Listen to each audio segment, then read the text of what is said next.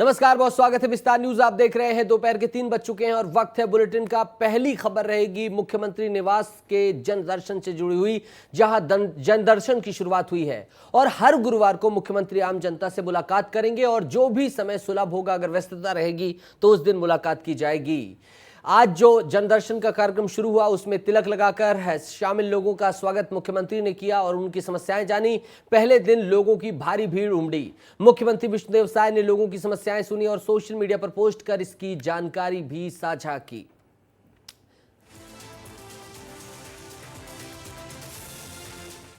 विधानसभा और लोकसभा चुनाव में कांग्रेस हार की समीक्षा करेगी।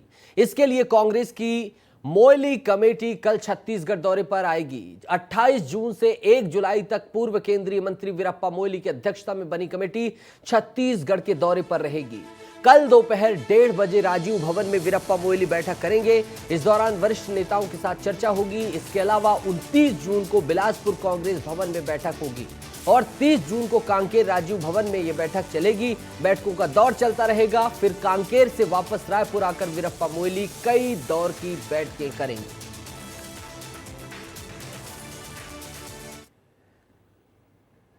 इधर बेमेतरा में शाला प्रवेशोत्सव कार्यक्रम के दौरान विधायक दीपेश साहू ने कलेक्टर और जिला अधिकारियों से फटकार लगा दी। इनसे बातचीत हो गई इनकी। दरअसल कार्यक्रम के दौरान कलेक्टर और जिला शिक्षा अधिकारी फोन चलाते हुए दिखाई दिए, जिसको देखकर विधायक भड़क गए और मंच से ही अधिकारियों को जमकर खरी खोटी सुनाई। क्योंकि हम लोग किसान लोग हैं, मैं भी किसान घर से हूं, तो हमारे बच्चे प्राइवेट स्कूल में महंगी फीस नहीं दे सकते।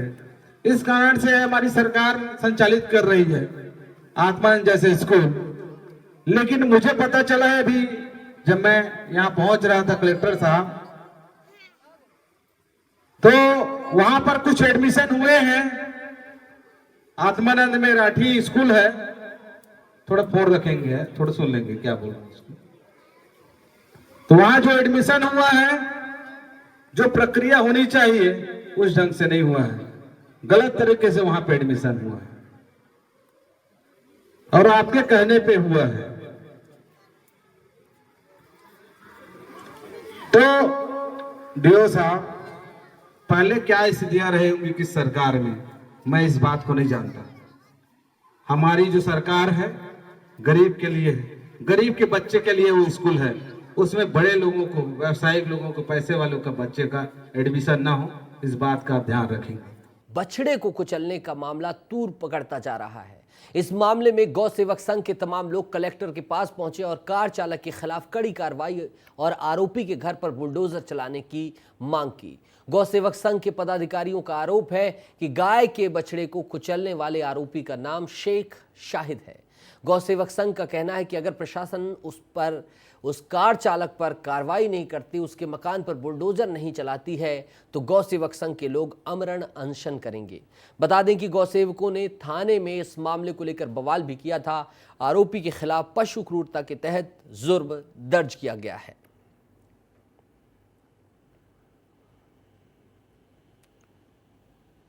गृह मंत्री विजय शर्मा का गौ तस्करी को लेकर बड़ा बयान सामने आया है। उन्होंने कहा है कि गौ तस्करों के ऊपर कार्रवाई होनी चाहिए। साथ ही उन्होंने कहा कि जिस क्षेत्र में ऐसा हो रहा है, पुलिस प्रशासन से लोग निर्धारित किए जाएंगे और काम ठीक से नहीं करने पर कार्रवाई भी होगी। डिप्टी सीएम विजय शर्मा ने बताया कि किस समय से किस समय के बीच में परिवहन होना चाहिए, यह भी तय किया जाएगा। गृह मंत्री ने कहा कि परिवहन करने वाले वाहन को अगर उसमें साइन बोर्ड नहीं है, जो कि होना चाहिए, अगर ये नहीं होगा तो कार्रवाई होगी। ये सारी बातें तय करके और अच्छे बेहतर ढंग से सारे लोगों से सलाह लेकर एक अच्छी नीति के साथ उसमें काम किया जाएगा। निसंदेह गौ तस्करों के ऊपर कठोरता से कार्यवाही होनी चाहिए। भविष्य में ऐसा भी करेंगे जिसमें जिस क्षेत्र में ये हो रहा है वहाँ पर लोगों को, पुलिस प्रशासन से लोग निर्धारित होंगे। नहीं ठीक कर पाने पर वो उन पर कार्यवाही होगी। एक अच्छी नीति के साथ इस पर काम करेंगे। भैया, गौ तस्करी बंद होना चाहिए, इसमें मतलब कठोरता के साथ बंद होना चाहिए। नक्सल अभियान और नक्सल प्रभावित इलाकों के विकास को लेकर कल निफाइड कमांड की बैठक होने जा रही है। इसमें सीआरपीएफ, आईटीबीपी, बीएसएफ के साथ छत्तीसगढ़ पुलिस के अधिकारी शामिल होंगे। वहीं एमएचए के अधिकारी भी बैठक में शामिल होंगे। बता दें कि 2 सेशन में यूनिफाइड कमांड की बैठक होगी, जिसमें पहले सेशन में नक्सल ऑपरेशन और दूसरे सेशन में नक्सल क्षेत्र में विकास पर बातचीत होगी। बैठक मुख्यमंत्री विष्णुदेव साय की अध्यक्षता में होगी। गृह मंत्री विजय शर्मा ने कहा है कि यह बैठक बहुत प्रभावपूर्ण बैठक होगी। यूनिफाइड कमांड निर्णय करता है कि यह अच्छा होगा। यूनिफाइड कमांड की बैठक है, कई विषयों पर चर्चा और निर्णय है। ये बैठक बहुत प्रभावकारी होने वाला है और आगामी 1 वर्षों के लिए कार्य योजना बनेगी, उस पर काम होगा। यूनिफाइड कमांड अगर निर्णय करता है तो फिर अच्छा हो जाता है उसमें। रायपुर से बड़ी खबर बता रहे हैं, जहां 22 जुलाई से मानसून सत्र शुरू होने वाला है और इसी को लेकर पूर्व सीएम भूपेश बघेल ने बड़ा बयान दिया है। पूर्व सीएम भूपेश बघेल ने सत्र की समय सीमा बढ़ाने की मांग की है। संसदीय कार्य मंत्री इस्तीफा दे दिए हैं। बृजमोहन को लेकर उन्होंने तंज भी कसा है। शिक्षा का सत्र शुरू हुआ है और शिक्षा मंत्री ही नहीं है। कांग्रेस के पास मुद्दे अधिक हैं। प्रदेश में कानून व्यवस्था नाम की चीज रह गई है। कानून व्यवस्था के साथ तमाम मुद्दे कांग्रेस के पास हैं। सत्र का समय कम है, इसे बढ़ाया जाना चाहिए, ऐसा मांग की गई है पूर्व मुख्यमंत्री भूपेश बघेल के द्वारा। भारतीय जनता पार्टी हमेशा ये कहती रही है कि ये सत्र छोटा है। जब भी हम लोग मानसून सत्र बुलाते थे तो ये कहते थे बहुत छोटा है, लेकिन अब जब उसकी सरकार आ गई तो ये लोग सब मौन धारण कर लिए हैं। और अब तो संसदीय कार्य मंत्री कौन है इसके ही पता नहीं, क्योंकि संसदीय कार्य मंत्री जी इस्तीफा दे दिए हैं। अभी शिक्षा सत्र शुरू हुआ है, शिक्षा मंत्री ही नहीं है। तो अभी लगातार वो ताला स्कूल बिल्डिंग जर्जर है, कहीं शिक्षक नहीं है, कहीं एकल शिक्षक है, उसकी शिकायतें लगातार आ रही है और उसमें भी तालाबंदी तक की नौबत आ गई है। तो शिक्षा का सत्र शुरू हुआ है और शिक्षा मंत्री ही नहीं है। बृजमोहन अग्रवाल पूर्व मंत्री के इस्तीफे के बाद, मौजूदा सांसद रायपुर के इस्तीफे के बाद तंज भी कसा गया है और इसके साथ ही मानसून सत्र को बढ़ाने की मांग की गई है। 22 जुलाई से मानसून सत्र शुरू होना है और 5 बैठकें होंगी जो कि 26 जुलाई तक चलना है और इसी को लेकर पूर्व सीएम भूपेश बघेल ने निशाना साधा है भारतीय जनता पार्टी के ऊपर और सरकार के ऊपर निशाना साधा है। कई मुद्दों पर उन्होंने निशाना साधा है और सत्र में सियासी सरगर्मी बढ़ने वाली है, अभी से ही तमाम नेताओं के बयानों के माध्यम से समझ में आ रहा है। संजय ठाकुर मेरे सहयोगी जुड़ गए हैं, सीधे उन्हीं का रुख करूंगा और यही बात उनसे कहूंगा। संजय, क्लियर हो गया, स्पष्ट हो गया है कि बहुत गर्म होने वाला है मानसून का सत्र। और दूसरा, जिन मुद्दों को लेकर कभी वर्तमान पक्ष विपक्ष को घेरता था, उन्हीं मुद्दों को लेकर अब वर्तमान विपक्ष जो है, जो कल पक्ष था, वो घेरता हुआ नजर आ रहा है। बिल्कुल, भूपेश बघेल कुछ महीनों पहले तक नीतीश सीएम थे और तब वो विपक्ष के सवालों से बचते दिखते थे, लेकिन अब देखिए उन्होंने क्या कहा है। उन्होंने कहा है कि मानसून सत्र की अवधि कम है, इसे बढ़ाया जाए। इसके साथ ही जो लगातार प्रदेश में अलग अलग मुद्दों को लेकर, जिसमें बलौदाबाजार हिंसा है, साथ ही कल की घटना जो है, कल जब गौ तस्करों की हत्या के बाद जो मॉब लिंचिंग की जो बात आई थी, इसके बाद जो 2 लोग गिरफ्तारी हुई थी, इसके बाद हमने देखा कि शहर में किस तरह कोतवाली थाने को घेर लिया गया और आपने वो पूरी तस्वीर दिखाई थी।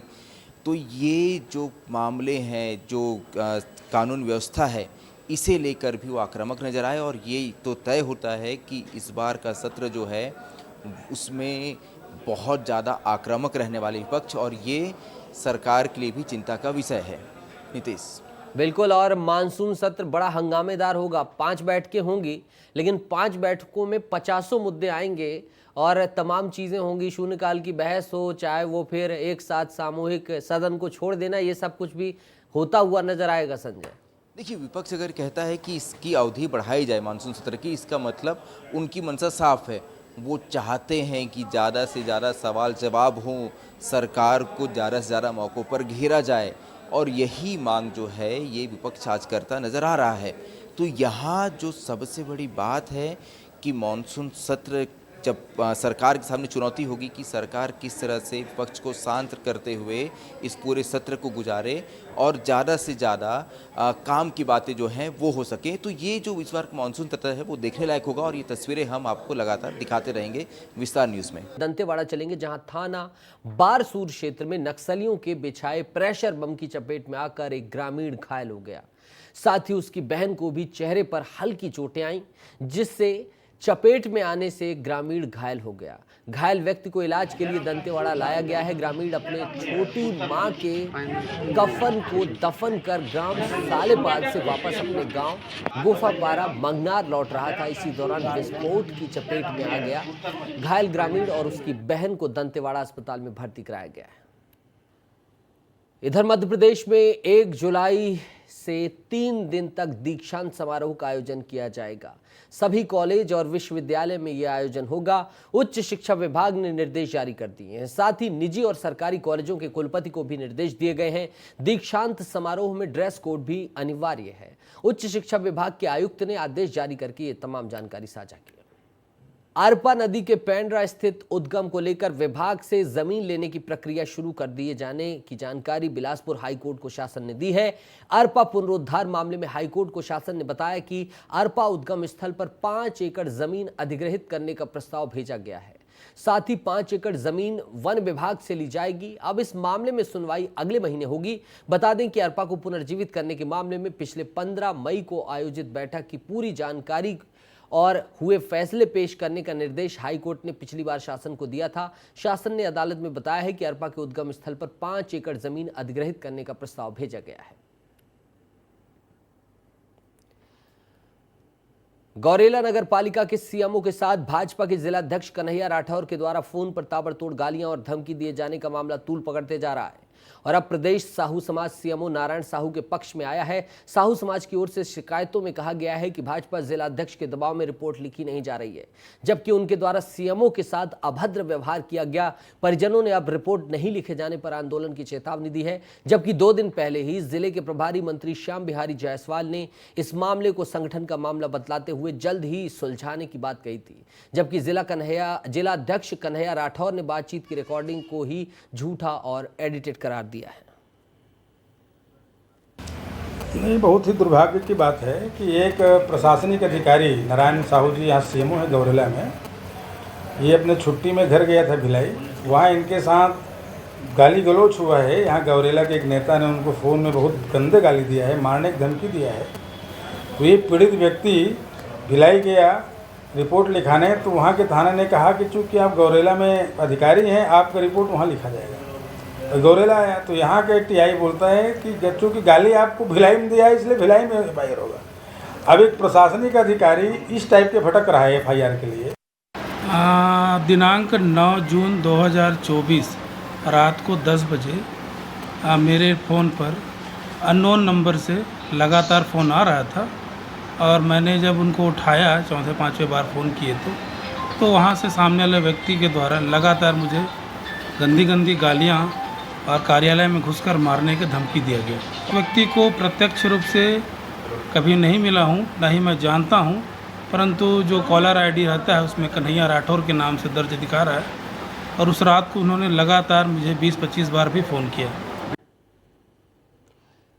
और आगे बढ़ेंगे, अगले मुद्दे की बात करेंगे। मुंगेली में विस्तार न्यूज की खबर का बड़ा असर हुआ है। विस्तार न्यूज संवाददाता ने पालचुआ पीएससी हेल्थ सेंटर बंद का मामला प्रमुखता से दिखाया, जिसके बाद स्वास्थ्य विभाग के कर्मियों के वेतन की कटौती की गई है। मामले पर अधिकारियों ने नोटिस भी भेजा है, जिसका संतोषजनक जवाब नहीं मिलने पर बड़ी कार्रवाई भी हो सकती है।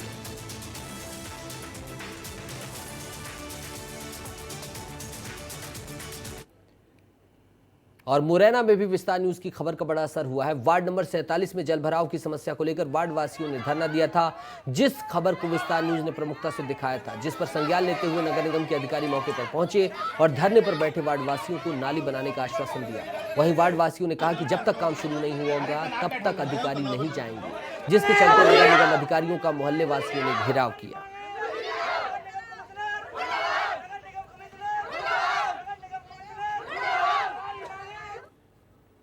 पन्ना चलेंगे, जहां सीएम के आदेश के बाद भी अधिकारी कर्मचारी समय पर दफ्तर नहीं पहुंच रहे हैं। सामान्य प्रशासन विभाग भोपाल ने सुबह 10 से शाम 6 बजे तक का समय निर्धारित किया है। बावजूद इसके अधिकारी और कर्मचारी अपने मनमाने रवैये से बाज नहीं आ रहे हैं। अब क्या बताया सर, अपना आते हैं अपनी मर्जी से अपने आप सूचना मिलनी चाहिए साहब लोग को, जब तो पता चाहिए आदमी को, यहाँ अधिकारी आते हैं अपने मर्जी से। 11 बजे आते हैं, कोई 11:30, कोई 12 बजे। चपरासी नहीं आती 11 बजे तक यहाँ तो। बजरंग दल के प्रदर्शन और गौ हत्या पर डीसीएम साव ने बड़ा बयान दिया है। बजरंग दल के प्रदर्शन और गौ हत्या पर डिप्टी सीएम अरुण साव ने बड़ा बयान दिया है। 5 साल में कानून व्यवस्था की स्थिति को कांग्रेस ने चौपट कर रखी थी। तुष्टीकरण की राजनीति कांग्रेस ने की। हमारी सरकार प्रदेश में कानून व्यवस्था ठीक करने में लगी है। कल मैंने विश्व हिंदू परिषद के प्रतिनिधियों से बातचीत की है, उनकी मांगों को ध्यान से सुना है। उनकी मांगों पर निश्चित रूप से सरकार कार्रवाई करेगी। कल विश्व हिंदू परिषद बजरंग दल के आंदोलन के दौरान मैंने स्वयं उनके प्रतिनिधियों से बातचीत की है, उनकी मांगों को ध्यान से सुना है और उनकी मांगों पर निश्चित रूप से सरकार विचार करके आवश्यक कार्यवाही करेगी। बीजापुर में सीएएफ के जवान ने खुद को गोली मार ली। जवान की हालत खतरे से बाहर बताई जा रही है। रामपुरम के कैंप में जवान पदस्थ था। बीती रात ड्यूटी के वक्त सर्विस राइफल से जवान ने खुद को गोली मारी है। घायल जवान को जिला अस्पताल में रेफर किया गया है। बता दें कि Manoj Dinkar CAF D company 15वीं बटालियन में पदस्थ है। खबर गौरेला पेंड्रा मरवाही की, जहां पुलिस ने महज 7 घंटों के भीतर जघन्य हत्याकांड की गुत्थी सुलझा दी है। बताते चलें कि गौरेला में एक युवती रंजना यादव की दिन दहाड़े चाकू से गोदकर हत्या कर दी गई थी, जिससे क्षेत्र में हड़कंप मच गया था। पुलिस ने आरोपी दुर्गेश प्रजापति को गिरफ्तार कर लिया है। पूरा मामला प्रेम प्रसंग का बताया जा रहा है, जहां युवती द्वारा बातचीत बंद किए जाने पर आरोपी ने चाकू गोदकर हत्या कर दी। धारदार हथियार से किसी ने वार किया था एसबीआई एटीएम के पास में गुरेला अंतर्गत। 3 वर्ष से एक संबंध था इनका आपस में और पिछले 2 महीने से जो है लड़की इसके साथ नहीं रहना चाह रही थी। मतलब सुबह 8 बजे तक आज इसकी शिफ्ट थी, लेकिन ये सुबह 6 बजे अपने मालिक को बोलते हुए कि मैं जा रहा हूँ, हो सकता है नहीं आऊँ। गरियाबंद के देवभोग में रेत माफियाओं की दबंगई का मामला सामने आया है। दौरे पर आए स्वास्थ्य मंत्री से जब स्थानीय मुखातिब हुए तब इस बात का खुलासा हुआ।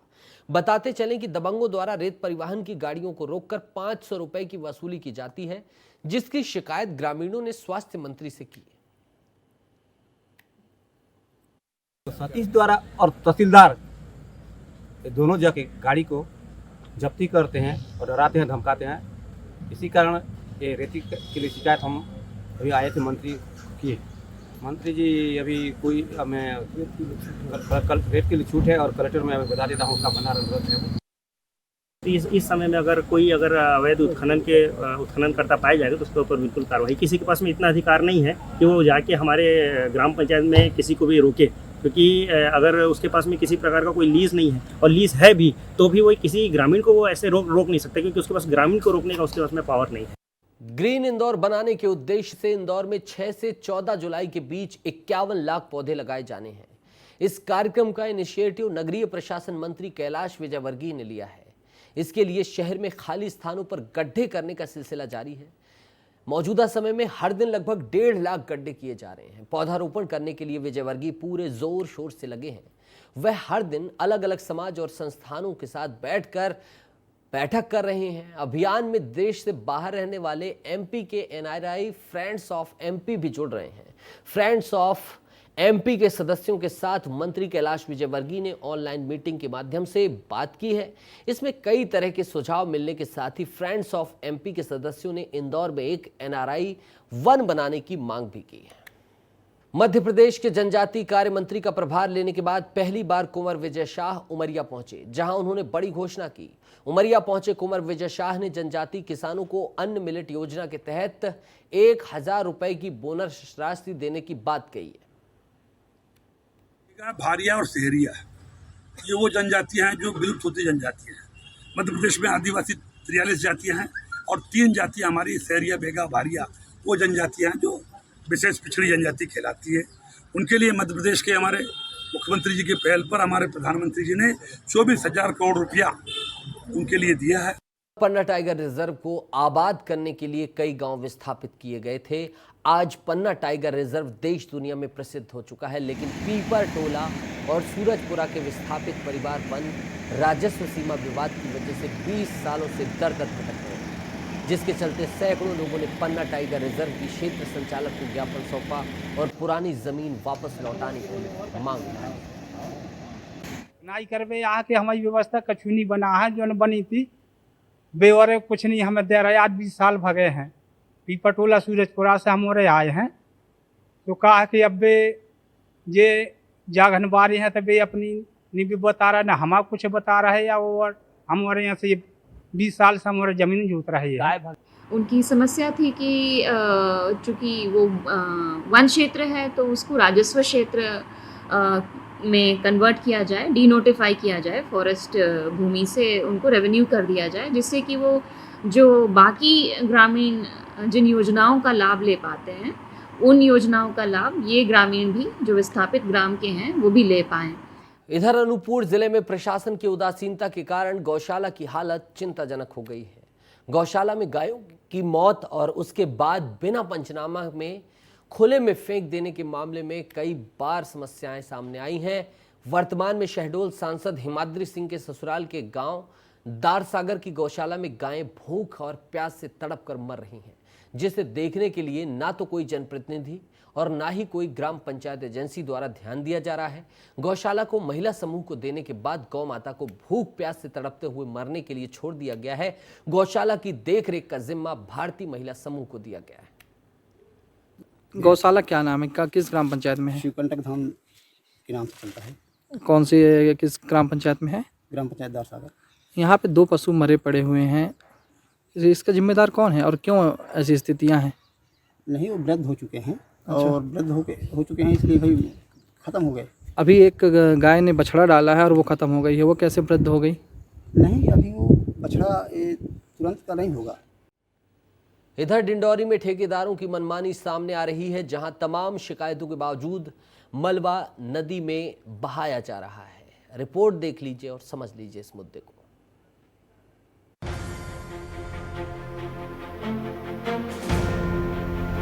एक तरफ मध्य प्रदेश सरकार नदी और अन्य जल स्रोतों के संरक्षण और संवर्धन के लिए जल गंगा संवर्धन अभियान चलाकर लोगों को जागरूक कर रही है, तो वहीं दूसरी तरफ डिंडोरी जिले में विभागीय अधिकारी और ठेकेदार की मनमानी की जा रही है। खरमेर नदी पर पुल निर्माण के लिए नदी के प्राकृतिक स्वरूप से छेड़छाड़ किया जा रहा है। अमरपुर विकासखंड मुख्यालय का डिंडोरी मार्ग, जहां डिंडोरी नदी पर करीब 3 करोड़ रुपए की लागत से पुल का निर्माण कराया जा रहा है। पुल निर्माण के लिए नदी के अंदर हेवी ब्लास्टिंग की गई है, जिसका मलबा नदी के अंदर बिखरा पड़ा हुआ है। नदी के अंदर मलबे का ढेर लगा हुआ है, जो किसी भी वक्त बारिश होने पर नदी के स्वरूप को तहस नहस कर सकता है। नदी की बहुत आवश्यकता, यहाँ सारे लोगों का निस्तार होता है, लेकिन अभी कुछ समय में ऐसा देखने को मिल रहा है कि हम आज जल संरक्षण और जल संवर्धन की बात कर रहे हैं, परंतु यहाँ स्थिति बिल्कुल विपरीत है। ऐसा नहीं है कि शासन प्रशासन के नज़र में ये चीज़ नहीं है, लेकिन पता नहीं क्या कारण है कि इस नदी को लगभग समाप्ति की ओर ले जाने का काम प्रशासन और शासन के द्वारा किया जा रहा है। प्रशासनिक लापरवाही के कारण ये हम लोग के लिए बहुत दुखद बात है कि आज हम नदी के अस्तित्व के लिए हम संघर्ष कर रहे हैं। ये खरमेर नदी है और इसमें जो है पुल का निर्माण कार्य चल रहा है, कम से कम नहीं तो 4-5 महीने से चल रहा है। पूरा मलबा नदी के में रखे हैं, इसको बाहर निकाल लो करके मैं 2 बार तक इनको बोल चुका हूँ। बताते चले कि मानसून के बाद भी नदी के अंदर से मलबा नहीं हटाने को लेकर ग्रामीण आक्रोशित है। मामला प्रकृति से जुड़ा हुआ है, बेहद संगीन है। ग्राम पंचायत के सरपंच रामनाथ उद्दे ने बताया कि उन्होंने खुद ठेकेदार को नदी के अंदर से मलबा हटाने की गुहार लगाई, लेकिन ठेकेदार ने उनकी बातों को अनसुना कर दिया। पुल निर्माण करने वाली कंपनी के सुपरवाइजर प्रशांत से जब विस्तार न्यूज ने सवाल किया तो उन्होंने जल्द ही मलबे को तत्काल नदी से बाहर शिफ्ट करने का आश्वासन दिया है। ये हमारा पुल ब्रिज है, हमारा पुल डिंडोरी रोड पे बन रहा है 23,000 मीटर पे, और इसकी लागत राशि मेरे ख्याल से 2.5-3 करोड़ के आसपास है, और ये हमारा टेंडर अभी 2024 से है 2026 तक का टेंडर है। सुना अपने गांव वालों की प्रकृति को लेकर जागरूकता पर देखना दिलचस्प हो जाता है कि निर्माण कंपनी मलबा कितनी जल्दी बाहर निकालती है। तो बुलेटिन में इतना ही। ताज़ा तरीन खबरों के लिए, अपडेट्स के लिए देखते रहिए विस्तार न्यूज़। दीजिए इजाज़त, नमस्कार।